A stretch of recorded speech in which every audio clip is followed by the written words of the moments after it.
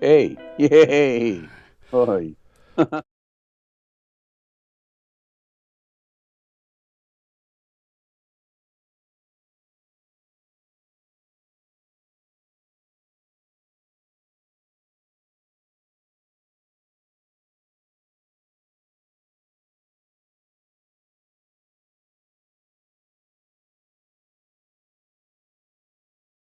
Welcome, ladies, gentlemen, fellow slaves of the global plantation.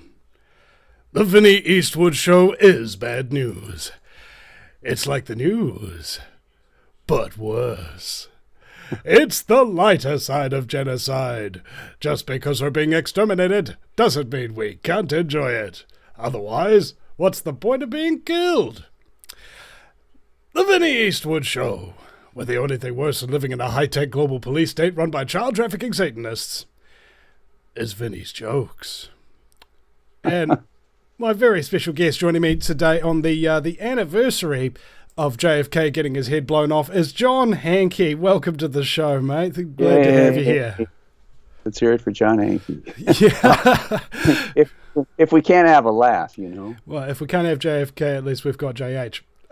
So you were talking about some new things, and before we get into the discussion about here on this most auspicious of occasions, I would like to remind people that this is the very first time that we are broadcasting on the Ground Zero Radio Network at groundzero.radio, and I'm very glad that they've picked me up so soon after ending my show with Republic Broadcasting just 3 days ago.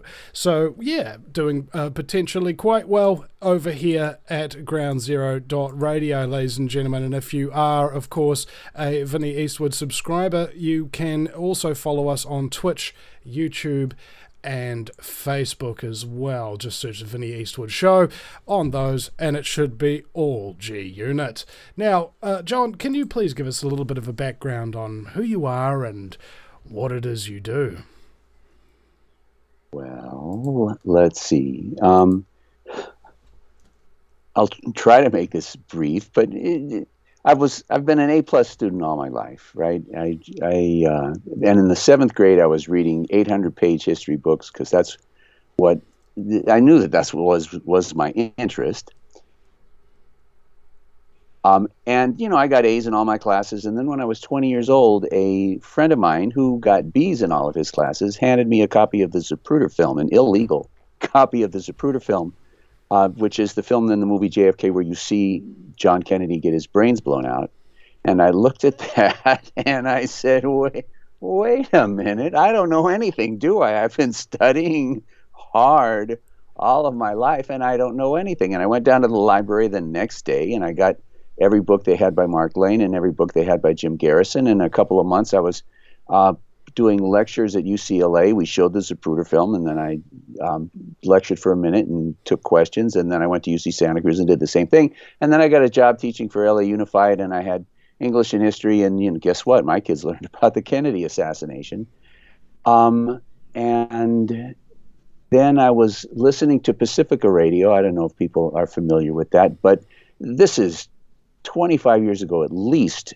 And the guy on the radio was talking about how Joseph McBride, who writes books about movies, and I spoke to him, and he told me how he was at the Hollywood Library doing research for a book on, he's got like 4 different books on Frank Capra and Frank Sinatra and all the other Franks in Hollywood anyhow. And he couldn't stand doing what he was doing anymore, and he got up and walked over and asked the librarian, you got anything interesting? And she says, well, they just declassified 200,000 documents from the Kennedy assassination files. And he said, oh, let me see one of those. And he's looking through them, and he found the memo written by J. Edgar Hoover that said that it's Mr. George Bush of the Central Intelligence Agency was briefed about Operation Mongoose the day after the assassination. They called him into FBI headquarters.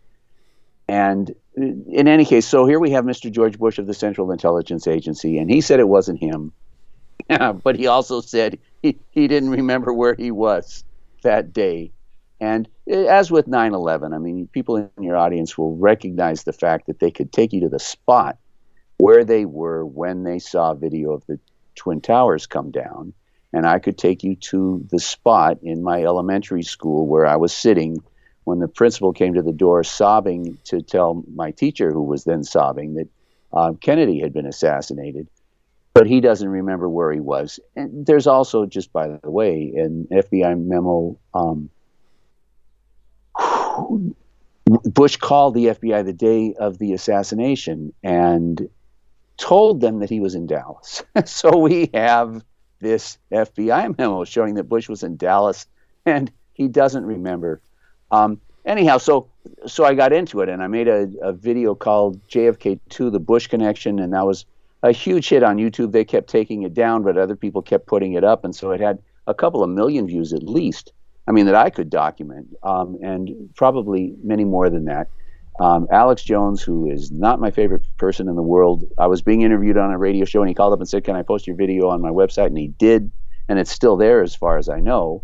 JFK 2, The Bush Connection. Anyhow, when I redid it, I paid an editor $15,000 to make it look nice, and Netflix picked it up, and they ran it for 2 years, which is very unusual for them with a documentary. Prime carried it for about 10 years, and then a couple of months ago, they both took them down.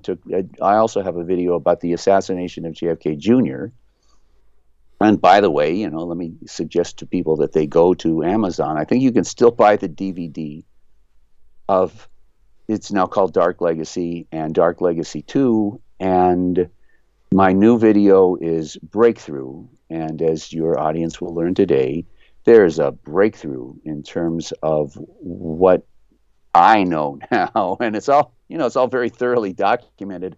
I can't help it and I don't know why, none of the other JFK researchers are picking up on this stuff, but I can tell you that they're not. Anyhow, am I done? I think so. And, well, the whole potentiality here that is really concerning to me is that the methodology of government secrecy as it comes to false flag attacks or conspiracies it works like this. We're going to classify important information about it for a significant period of time. And then when we do reveal that information, a lot of the people who were really interested at the time are no longer interested, so they don't go and read it. And the very few people that are interested go and see it and then try to broadcast it, but nobody's interested in looking at it. And so by the time that a conspiracy really gets fully understood and the public are like, yeah, we all know that, all the people who were living at the time are dead, I think. Do you think that's... Well, let me address that. That's what I thought. And then Dave Chappelle did a solid 45 seconds talking about the horror of the Kennedy assassination and how that introduced a period. And he says that our country was never the same. And he talks about how Kennedy wanted peace and that was the reason that he was murdered. And this is Dave Chappelle on Netflix. Well, that's pretty powerful stuff. Hulu put on this garbage piece from the National Geographic. Oh, my goodness. Well, I'm going to say this. In the trailer, the central theme of the National Geographic special on Hulu, which Hulu was promoting for a minute at least, was that, of course, lone assassin, blah, blah, Warren Commission, single bullet, just all the routine garbage. But in the trailer, there were 3 pictures of Kennedy's motorcade. And in one of the pictures, he's at the airport, and you can see that on the back of the limousine, there are these handles on the back of the limousine. Well, the handles are there so that a Secret Service agent can ride on that. And the first time I saw that, I said, why were there no Secret Service agents riding on the back of the limousine? Well, in this trailer, about 10 seconds later, you see the limousine. I'll say this as quickly as I can. From the airport to Dealey Plaza, the limousine drove about 10 miles down Main Street and then turned right onto Houston and immediately left onto Elm Street. And as the limousine is making the first right turn, you can see Clint Hill sitting on the back of the limousine. He's there. And I had seen that before this month, but today, or this month, the National Geographic has now put this thing out where they show you Clint Hill jumping down as it turns onto as the limousine turns onto Houston and is getting ready to turn left onto Elm Street, where the shooting is going to start, he jumps down. I had never seen that before. And it's there, and it's in the trailer of the thing that's trying to persuade you that the Secret Service was doing their job of protecting the president rather than doing their job of assassinating him. But I mean, the evidence is just that thick that if you go very deep, you're going to be bumping into stuff that shows conclusively what the real story is. And anyway, to answer your question, that National Geographic stinko piece of garbage was number 6 on Hulu for a minute, right? It's number 6. Hulu's got a lot of garbage that you can watch, but people are interested apparently in the Kennedy assassination sufficiently to drive that to number 6. Rob Reiner, I don't know if people know who Rob Reiner is. He directed When Harry Met Sally. I think he directed Stand By Me. He played Meathead with Archie Bunker. He was Archie Bunker's son-in-law. And he's Carl Reiner's son, and blah, blah. It doesn't matter. He started a podcast a week ago, and it went on the JFK assassination, and it immediately went to number 8. So people are interested in the Kennedy assassination. They still are. And I have to tell you that when, I've worked on this documentary for 50 years. I put my heart and soul into this thing, and it's 2 hours long, and my apologies. And it's called Breakthrough. And if you go to Vimeo and search for Breakthrough JFK, it'll come up and you can watch it for 99 cents. Everybody got that? You can buy the DVD at Amazon for like $13 delivered tomorrow. And the thing about having a DVD is that when they completely cancel this and take it down everywhere, you will have a DVD that you can give to your great grandkids. And if you can Google how to do it, it's very, very, very, very simple. If you open up a DVD so that you're looking at the files inside and pull out the 3 gigabyte file and transfer it to your computer, you now have an electronic file that it plays better than the DVD plays, right? Because it doesn't have to have a laser reading of it. It has the actual information. Anyway, buy the DVD, be my friend and buy the DVD, go to Vimeo and watch it for 99 cents. If you look around, if you can find my YouTube website, you can watch it for free. But, we're all being suppressed, right? So you can often, there have been times when you couldn't find what I posted. You type in my name in the title of the video, you couldn't get it to come up.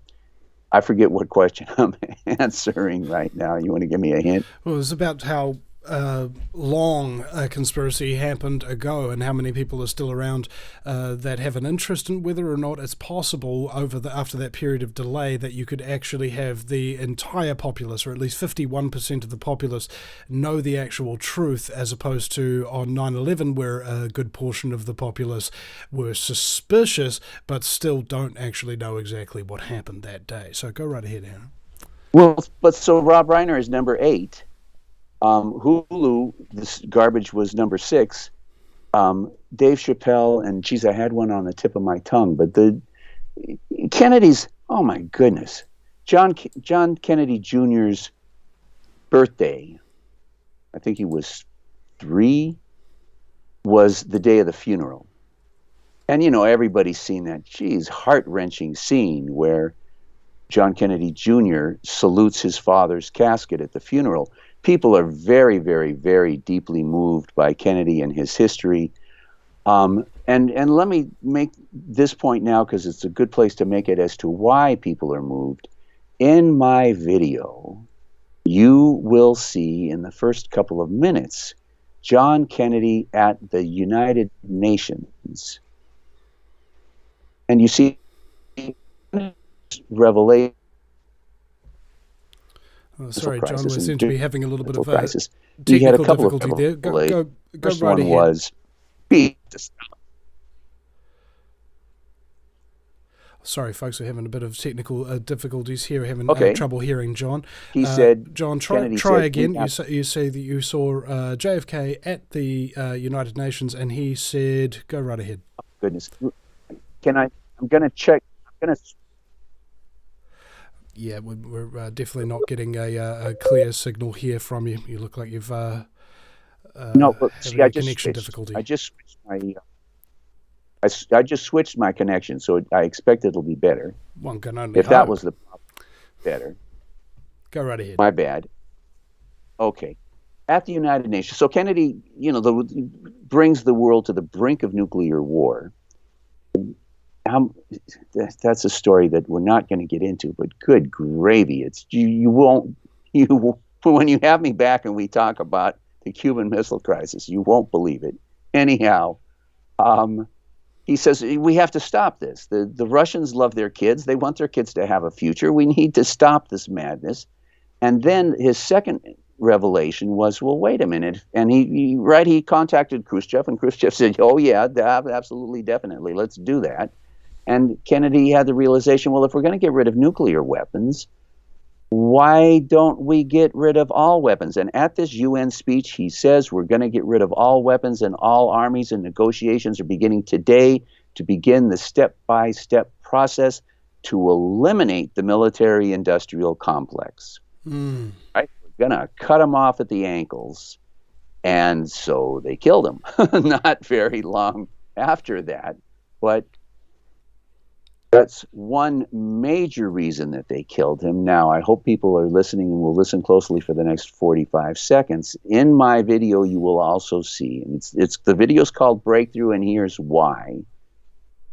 A guy that I got to be friends with, he's Professor James Galbraith. He's at the University of Texas, Austin. He's got a chair, right? He's very, very, very prestigious and well-respected. And I mentioned earlier, they declassified 200,000 documents, and some academic was in charge of this, and he calls up Galbraith and says, can I give you a box of documents and you go through them carefully? And Galbraith went through them, and he found the memo written by the head of the military, chairman of the Joint Chiefs of Staff, Maxwell Taylor, saying the president has decided all personnel out of Vietnam by the end of calendar 1965, and he's writing it to the head of the Marines and Army and Navy and Air Force, saying, and every decision that you make henceforth will be directed at that. And he says this language comes from the October 6th, or I think the date of the memo is October 6th, the October 1st perhaps, trip report. This language is taken from the trip report. And when you go to the trip report at the National Archives, it's not there. The trip report is there, but that language that Taylor says he's quoting from has been removed from the official record. So that, they're totally poisoning it forever in eternity. From now on, people trying to look that up they won't find what is supposed to be there. But we have instead, this guy Galbraith found the memo that shows. Now, you're going to spend a long time finding anyone on the planet, certainly not a Harvard professor. You're never going to find a Harvard professor or a Yale professor saying that Kennedy decided to get out of Vietnam, or Princeton, and you'll find boatloads saying the opposite. Kennedy hadn't decided. In fact, what he did decide was to use napalm. That's what Ken Burns includes in his special on Kennedy and Vietnam. Anyway, but Ken Burns can't possibly keep up with me because he doesn't have the resources that I have. So, if you have a question, I'll go in your direction. Otherwise, I'm going to go to Lyndon Johnson. Go right ahead. And the Vietnam War. Well, let me throw in a quick second breakthrough. So a second breakthrough, and major, is that you tell me why it took 60 years to discover that in the days after the assassination, the two best witnesses, civilian witnesses, are Malcolm Summers and Gene Hill. They're the two most famous witnesses. They're on the grass. They're 15 feet away, perhaps, 20 at the most, from Kennedy as his brains are getting splattered. And they both told the media that the limousine stopped. There are 4 in my video, you will see 4 news people who were on the scene staring into the camera and telling you that the limousine stopped.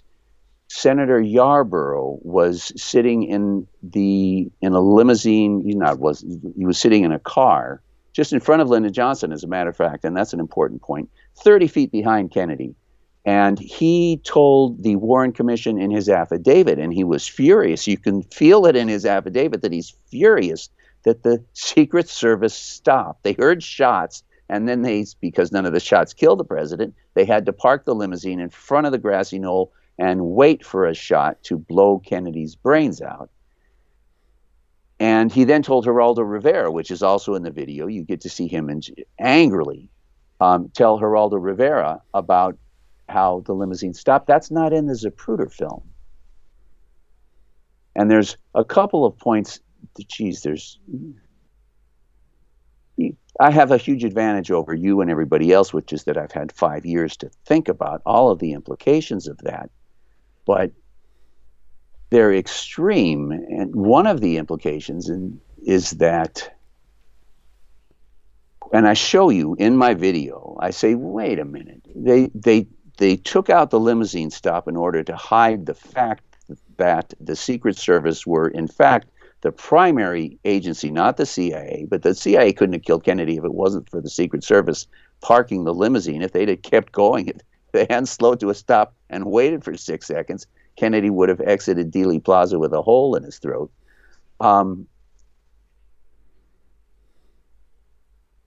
But they left in the shot from the front.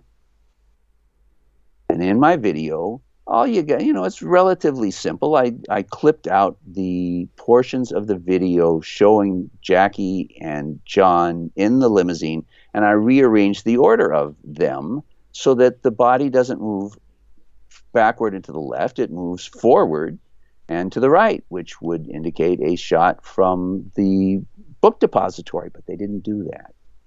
They handed it to us. We don't have Oswald's W-2 forms showing that he was working for the CIA and the FBI on their payrolls. We don't have those, but we have a video of the president getting his brains blown out, really, really horrible. How do you explain that? And they left in the shot from the front, and they released this in 1968.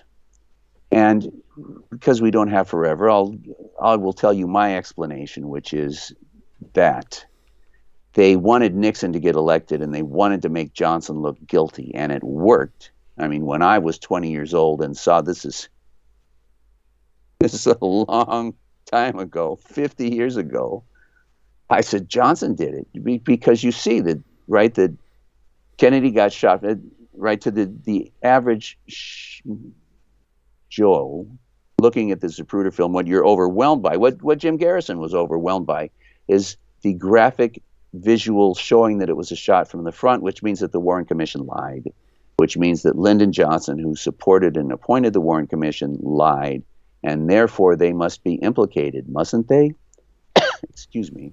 It seems very similar to the methodology of the 9/11 Commission, where they didn't even mention Building 7, where the Dick Cheney and George W. Bush were not interviewed under oath, and it was behind closed doors with no records being kept.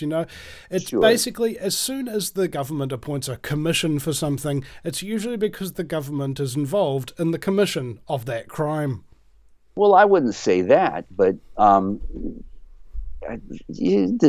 don't see that. I understand that it's true, but to me those are circumstantial, and I don't see the clarity of the connection between them. But, Jim Mars was one of the prime JFK investigators. I'm trying to remember the name of his book. I have it up on my bookshelf. Crossfire.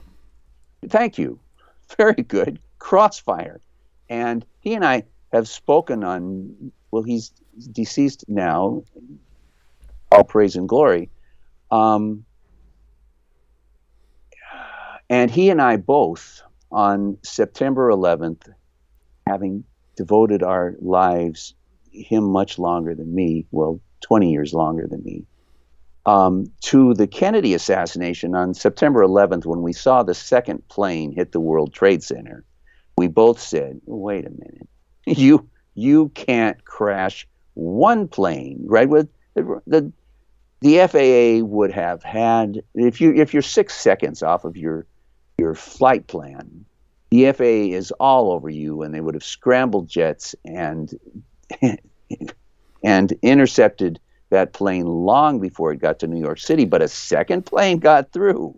Well, it couldn't possibly be more clear. I just want to back that up for a second, because flight pilots, particularly interceptor aircraft, one of their job titles, one of the things that they actually have to do in order to keep their job, is get a good night's sleep every night. All right? Interestingly enough, the reason for that is because they are on standby call. That means they sit there in the hangar playing cards with their other pilots, and as soon as the alarm goes off, they are in their plane and they are on the runway and in the air in between 30 to 45 seconds. Okay? Boom! They're out the door, right? That's how quick they're supposed to respond. So imagine if this aircraft can travel 3 to 4 times faster than any commercial airliner because it's a jet fighter. What is the possibility that any plane ever in the United States could be hijacked and reach their target without getting blown out of the sky? The answer is 0 chance, unless they happen to be playing war games on the day, so everybody was confused as to whether or not it was real world. Yeah, except that the plane that crashed into the Pentagon 50 minutes after the first plane. Do you suppose that after the first plane hit the World Trade Center that could possibly be considered as an excuse? And guess, maybe I shouldn't put you on the spot like this. Guess how long it takes to get from Andrews Air Force Base to the Pentagon? Minutes. In a fighter jet. 8 seconds. Oh. Well, there you go. They only had 50 minutes, so they couldn't possibly have managed to fit 8 seconds in. Anyhow, what are we talking about? The Warren Commission, whitewashing. Forgery. I'm sorry? The Warren Commission, whitewashing, how they appoint these commissions and things of that nature. Well, I have to do Johnson first. Right? You have to understand this about Johnson. But let me answer that question right now since you asked it. Bobby Kennedy. It's very, very clear that Bobby Kennedy was the force behind the appointment of the Warren Commission. While I'm on the subject, well, I wasn't going to go here, but let's go here. Dealey Plaza was filled with people from Operation Mongoose. 4 or 5 of them have said, Frank Sturgis has said that he was in Dealey Plaza. Marita Lorenz is probably more famous than Frank Sturgis as being one of the Mongoose people. And she said that Sturgis told her, we're going to be decoys. We're not going to be doing the shooting. She realized that they were going to be shooting, that this was a plot against JFK.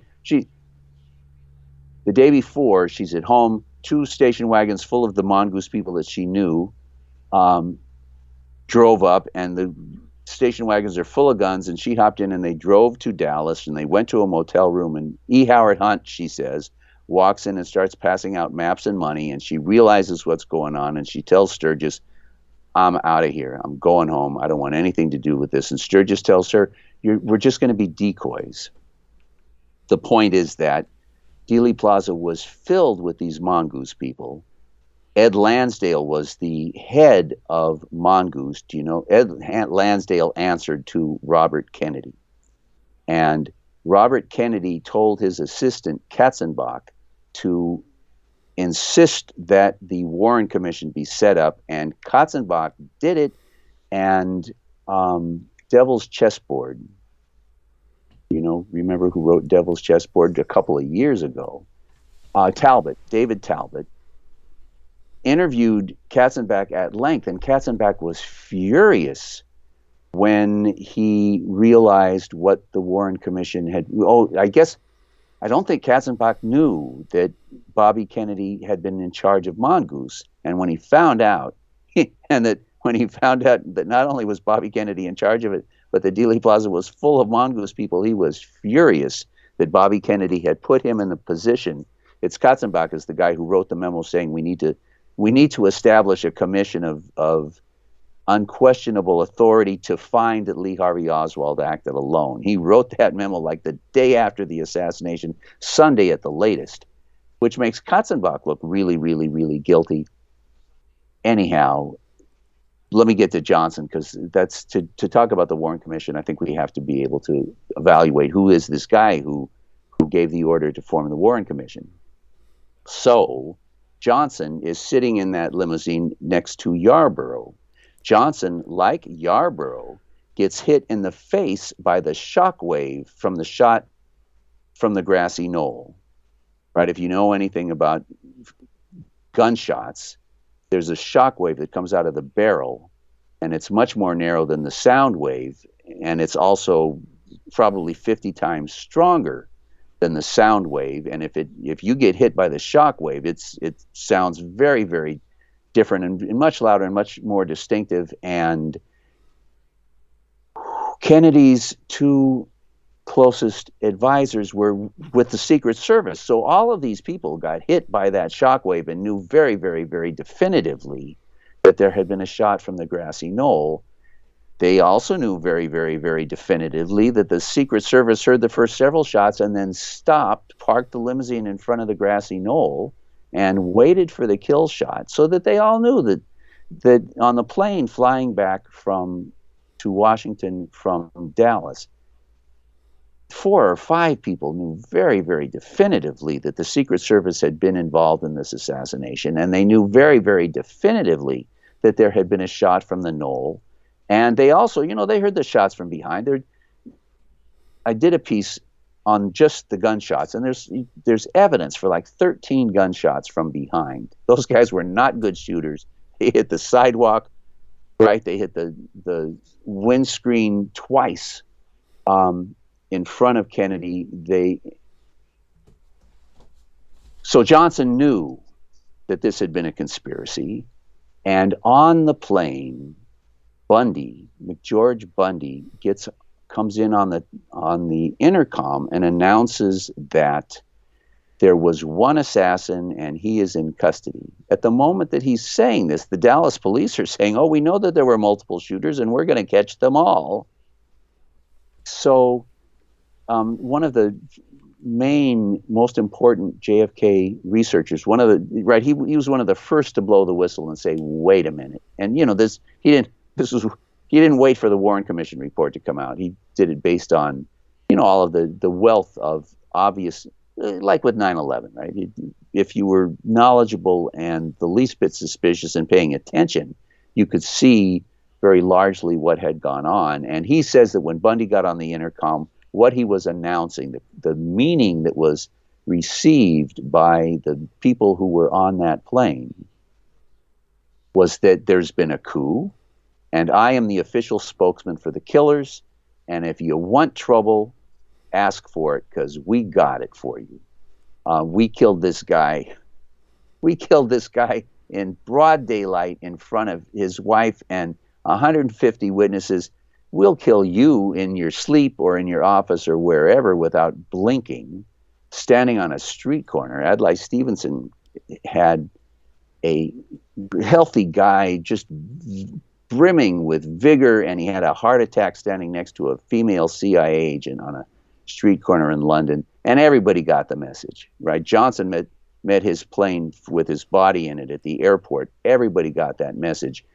Anyhow, Johnson flies into Washington. He lands. He tries to sleep. He gets up in the morning. He walks into his office. But walking into his office, he knows that the Secret Service was involved in this assassination. The phone rings, and it's McCone, the head of the CIA. And McCone, the head of the CIA, tells Johnson Oswald was in Mexico talking to a Russian CIA, KGB CIA assassination specialist. The Russians and the Cubans are involved. Johnson says, "Boy, that's not good news," and hangs up the phone, and it rings, and it's Hoover. And Hoover says, Well, first of all, the military stole the body. They took over the autopsy. The body had been altered. So the military is involved in this thing. And we have the tape of Oswald in Mexico, and it is not Oswald. We have the pictures of Oswald in Mexico, and it is not Oswald. You are being lied to by the CIA, who must have had this stuff in advance, which shows that they were involved in the assassination. So that Johnson at 10 o'clock in the morning knows that the Secret Service was involved. He knows that the military was involved. He knows that the CIA was involved. And he knows that McGeorge Bundy was involved. And therefore, if Bundy's involved, who isn't involved? And Bundy was the National Security Advisor. If the National Security Advisor is involved, who isn't involved? So you have to put Johnson in that context, that he certainly, right, would feel extremely vulnerable. Now, you paying attention? Because this is one of the more complicated issues, but it's not long. It's just complex. In the movie JFK, Oliver Stone, and we'll forgive him because he's doing the best he can, and he's looking. He doesn't have today.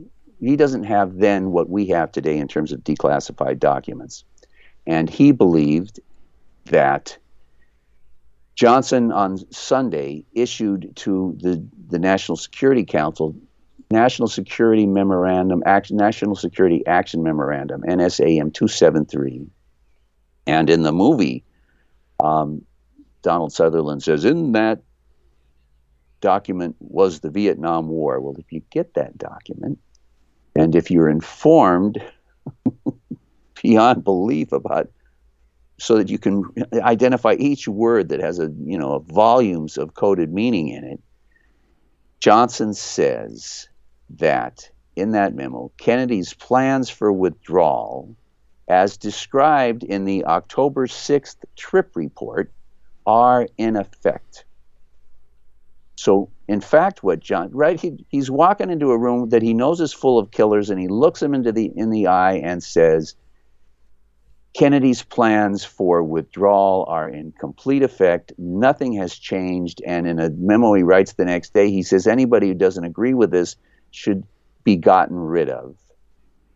So this is a guy with, if Bobby Kennedy is screaming that we need to have a Warren Commission, it's kind of hard. How do you take on the president's brother, who's also the Attorney General, right? Lyndon Johnson wasn't in charge of finding the killers. The Attorney General was in charge of finding the killers, and it's the Attorney General, says Katzenbach, who gave Katzenbach the order to demand that there be a Warren Commission. It is the Attorney General who was also the supervisor of Operation Mongoose. So now you can read it. I had to go to my doctor and have him prescribe Adderall because I went through all of these documents, and there are 10,000 documents from the period, and if you can use a search, so that I probably didn't go through more than 2 or 3 or 4 or 500 documents to tell you the story that I'm about to tell you, which is that when John Kennedy became president, his advisors immediately started beating him over the head. You have to send 300,000 troops. Right, he's been president about 5 minutes. They want him to send 300,000 troops to Vietnam, and they want him to bomb the hell out of North Vietnam. And he resists them up until the day he dies. And when Johnson gets in, it's the same shooting match. They're beating him over the head. You gotta send troops, and you gotta bomb the hell out of the North. And they brought in Ed Lansdale.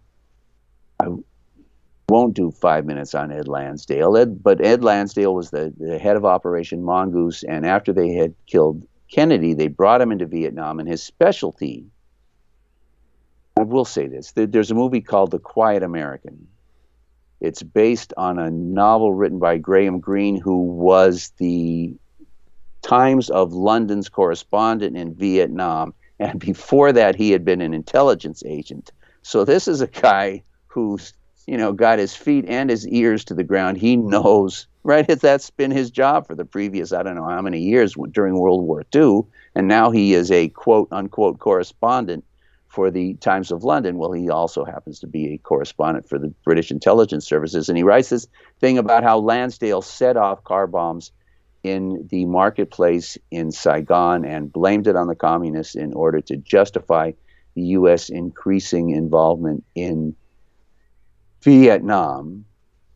So they bring Lansdale into Vietnam after Kennedy's been murdered, and in, I think, February of 65, no, at the end of 64, they blow up a base at Pleiku, and they kill, I don't remember, they certainly injure 125. I don't remember how many soldiers they killed, at least 20.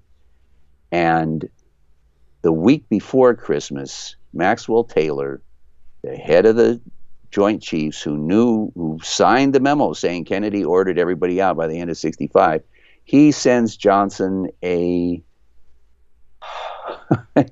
letter demanding that Johnson start sending troops and bombing because of this communist attack on Pleiku. Now, the New York Times published that Bundy had written the plan for retaliation the day before the attack. That's in the official record. The New York Times also cited the fact that the aircraft carriers that launched the planes that carried out the retaliation were in position before the attack took place. The New York Times thought that was rather curious.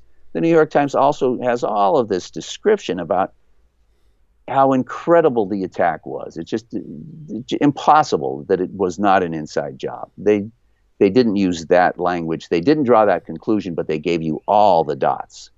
Right? They didn't say, oh, so it had to have been an inside job, but they did just on and on, pounding you over the head with all of these details that show you that it had to have been an inside job. And Johnson writes back to Taylor, I believe it's Christmas Eve, and says, if you guys can't defend your bases because you're too incompetent, we will put all the planes on carriers, but I'm not going to allow your incompetence to drag me and the United States and all those soldiers into a war in Vietnam. That's not going to happen. Now, that's pretty brave, don't you think? So, and this is a year. This is 13 months after the assassination. Johnson is saying, oh, hell no. And then 2 months later, he cracks. And it's in my video, the quote from one of his advisors saying that the day Johnson gave the order for the bombing and the troops, he looked totally devastated, totally broken. He looked like the saddest guy that this guy had ever seen. So what happened? So Robert Dallek has written biographies, renowned, right, famous, acclaimed biographies of Kennedy and F. Roosevelt and probably Truman, and I think he wrote like 1,200 pages on Johnson. And while he was doing the research, he was going to the University of Texas, where the Johnson Library is, and where James Galbraith, the guy who found the Taylor memo, works. And he didn't know anybody there, but he knew Galbraith. And so he would drop in on Galbraith on a regular basis, and they would chat. And Galbraith told me that one day, Dallek drops in and says, oh my God, I just saw the CIA memo where the CIA told Johnson that Castro was going to shoot down his plane with him and his family on it. And in the movie, I point out that as Johnson is listening, when Johnson sees the CIA memo saying Castro is going to shoot down your plane with you and your family on it, well, let's translate this, because Johnson was already told by the CIA that Kennedy was killed by the Cubans. And he was then told by Hoover that that was a lie. Well, half of it was a lie. Kennedy was killed. That wasn't a lie. The fact that Johnson's family would be killed, Johnson was supposed to understand that part isn't a lie. The lie is that the CIA is going to do it, and they're going to blame it on Cuba, and then they are then going to use it to justify a major invasion of Cuba. And he caved. This would be Operation Northwoods that JFK didn't sign off on, eh? Lansdale wrote it. Lansdale wrote it a month after Robert Kennedy pulled him out of Vietnam. I think I put this in the video. I may not have. Robert Kennedy wrote a memo to McNamara saying, "You have Lansdale in Vietnam. I want him to come work for me in the war on Cuba." So that there's no question, I don't think, that Northwoods was written by Lansdale at Robert's orders. There's a wealth of information to indicate that that's certainly the case. Robert loved this sort of, cloak and dagger black ops stuff. And he had just brought Lansdale in. Lansdale had been working for Robert Kennedy for the length of time that it would take to produce the document, Operation Northwoods. And he then submits it to the poor idiot head of the Joint Chiefs, who signs off on it, and Kennedy looks at it and fires him. He doesn't fire Lansdale and Robert Kennedy at that point, but he fires the chairman of the Joint Chiefs for submitting that report. In my video, you will find out. So let's put this in. We have time, and I can't think of anything particularly better to talk about. Well, we haven't talked about the shooters, and you'll have to give me a time gauge on how much time we have. We're about 12 minutes before the end of the show, so let's cover this first. So it's after the Cuban Missile Crisis, right? The Russians and the U.S. have made peace. In order to make peace, Kennedy had to swear to Castro that the U.S. would not invade Cuba. That's a very, very, very secret promise, but you can find it. And in exchange, Khrushchev would withdraw the missiles from Cuba. And then Khrushchev contacts Kennedy. He probably contacts Rusk. There's the document that you see. Rusk tells Kennedy, the Russians say that the Operation Mongoose is back in operation, and they're up to their same old tricks. And Khrushchev wants to know whether he should send missiles back to Cuba or not. And Kennedy looks at Rusk and says, "What the hell? He's out of his mind." And then Operation Mongoose attacks a Russian ship in the harbor of Havana, and Kennedy calls a meeting of the National Security Council, and all of them claim that they don't know anything about it, which is garbage. Robert is right on top of this, and Harriman says, "I don't know anything about it. That's a total lie." Bundy says, "I don't know anything about it. That's a total lie." The head of the CIA, McCone, says, "We should do a better job of lying." Rusk says we should add one ship to our Coast Guard patrols to try to stop Operation Mongoose better. Bobby says, "We don't know how to reach these guys. They're small operations. We don't know how to reach them." And when they're all done with their say-so, Kennedy says, "So Lyndon, what do you think?" And Lyndon says, "We need to get the military on them and blow their asses out of the water. We need to kill them. They're trying to start World War III. We need to kill them." So Lyndon Johnson is a different guy than we have been led to believe.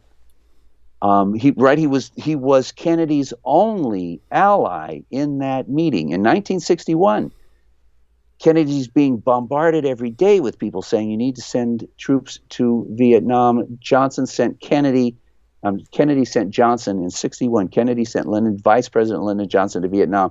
Lyndon Johnson comes back, and everybody will tell you how Lyndon Johnson called the Churchill of Southeast Asia. Yeah, well, in the same memo, he said that you're under no circumstances should the United States send troops to Vietnam unless you want to end up like the French with our soldiers chasing irregulars and guerrillas all over the rice paddies of Southeast Asia. You don't want to do that. He couldn't have been more emphatic.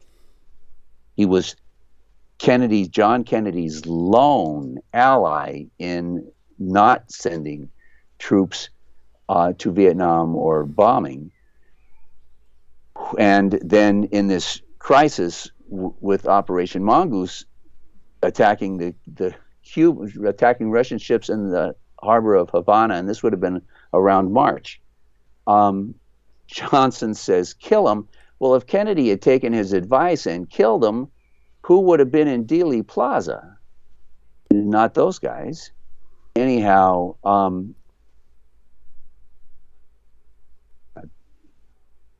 there was one more point about Robert Kennedy, but it got away from me. Immediately after that, immediately after the ships got attacked, the Russian ships got attacked in the harbor of Havana, John Kennedy told Bundy to fire Lansdale and to fire Bobby. John Kennedy fired Bobby. He took him off of Cuba, and he fired Lansdale. Well, he told Lansdale, "You're done with Cuba." And so Lansdale said, "Oh, I'll find something for me to do." And he became, right, he then supervised, he was the CEO of the assassination. And let me wrap this up and say that there's a photograph of Lansdale in Dealey Plaza. And Colonel Fletcher Prouty, it's in the movie JFK, Colonel Fletcher Prouty worked with Lansdale on a daily basis. And Prouty says, and he published it in his book, and he shows you, in the movie JFK, they show you Lansdale was in Dealey Plaza, and what Prouty did is he saw this picture of Lansdale and he sent it to one of his bosses, General Krulak, but who, they both worked with Lansdale on a daily basis, and he says, "Hey, General Krulak, this photograph was taken in Dealey Plaza. What do you think?" And Krulak writes back, and it's in Prouty's books, and says, "That's Lansdale. Look at the ring, look at the haircut, look at the stoop, look at the way that he holds his left arm. That is without question Lansdale. What was he doing in Dealey Plaza?" Well, they both knew what he was doing in Dealey Plaza. The FBI questioned everybody in Operation Mongoose within a week of the assassination. And all of the people in Operation Mongoose told the FBI people who questioned them, "Yes, I was there. No, I didn't shoot anybody. Can you prove that I shot anybody? I was there, and you can't arrest me and jail me for lying to you, because I'm not going to tell you that lie. I was there." Now what? Sturgis tells that story, and any number of others, but Sturgis, and Marita Lorenz tells that story. And Marita Lorenz tells, as she tells it, she says to the FBI agents, "So do you want the names of the guys who were in the station wagons that drove up full of all these guns?" And they say, "No, that's all right. We've already questioned them. We knew you weren't there, but we questioned the guys who were there." So that Johnson knew almost everything. Now, how many minutes we got? 5? Yep, less than. So Hunt was a shooter on the grassy knoll, and that's in the movie, and there's a mountain of evidence for it. E. Howard Hunt, the head of the Watergate burglars, Hunt worked for Averill Harriman. He brags about it when he's on the stand in one of the trials that he was in. George Bush, it's just incredible. You got to watch the movie to see the mountain of evidence indicating Bush was arrested as a shooter. Detective Vaughn arrested a guy coming out of the Daltex building as a shooter, and the guy told him on the way across the street to the police station that he was an independent oil contractor from Houston. Bush gave a speech the night before at the Dallas Sheraton to an organization of independent oil contractors. David Morales is identified. David Morales said, he told his 2 best friends who said so on camera, that he was in Dallas and was involved in the assassination, and he matches the description given by several people of who the shooters were. A guy named Shackley. All of these, the video of Shackley being arrested, Galbraith sends me this still from it. It says, "You know who this guy is?" I said, "Sure, that's Ted Shackley." It's very, very, very, very clearly Shackley. So those are the shooters, and they all worked for Lansdale. Every single one of them. They all worked in the same Operation Mongoose office, and they all worked for Harriman. Harriman was the richest guy in the United States, but he was a minion of Brown Brothers Harriman. And if we had 20 minutes, I'd give you 20 minutes of evidence that Harriman worked for Brown Brothers Harriman. At the Brown Brothers Harriman website, it says that they were taken over by the Bank of England in 1837. Well, in 1825, the Rothschilds bragged that they took over the Bank of England in 1825. They took over Brown Brothers in 1837, and they took over Averill Harriman probably around 1920. So that you can draw a very, very short, straight, black and white. And you at the start of the show, at the top of the show, you talked about that we're all on the plantation. The Rothschilds are the guys who own the plantation and have owned the plantation since the 1700s. Indeed. John, thank you so much for your time on the show here today and sharing your expertise and your experience with us. Can you please just quickly get people the website and addresses where people can find your work, your latest documentary as well there? Okay. If you type in Breakthrough JFK Murder Solved, you might be able to find it on YouTube if they haven't taken me down again. You can find it on Vimeo. If you go to Vimeo and type in Breakthrough JFK, it will come up. If you go to Amazon, you have to put in the whole title. If you want Amazon to let you buy the DVD, they won't let you stream it, but you can buy the DVD for $13 delivered tomorrow. Breakthrough JFK Murder Solved. And if you go to darkroom.film, if you're a film buff, go to darkroom.film. They have so many really, really terrific movies there, but they also have all of mine. That's the huge advantage to going to darkroom.film, is that they have several of my movies, all of which you'll want to see. Amazon also has Dark Legacy and Dark Legacy 2, only now they will make you buy them, but you can stream them. I believe you can at least buy them and stream them. You can rent them and stream them. At Vimeo, you can rent it for 99 cents. So, Vinny, thank you so much for allowing me to do that plug. Awesome, brother. You have yourself a really wonderful day, and I am looking forward to actually seeing the documentary myself now, so good on you, brother. And thank you very much, ladies and gentlemen, for supporting the broadcast. You can get merch on the website, thevinnyeastwoodshow.com. Of course, the main way to support the show is by looking at all those latest shows and helping out our sponsors, Holden Healthcare and Reopen.nz as well. So with that being said, I would like to thank you, John, so much for joining us today, and thank you very much as well, of course, to the wonderful network who has just taken us up, Ground Zero Radio. I'm very appreciative for that. And with that being said, everybody, that is the end of the show today, and we will see you again next time at the VinnyEastwoodShow.com.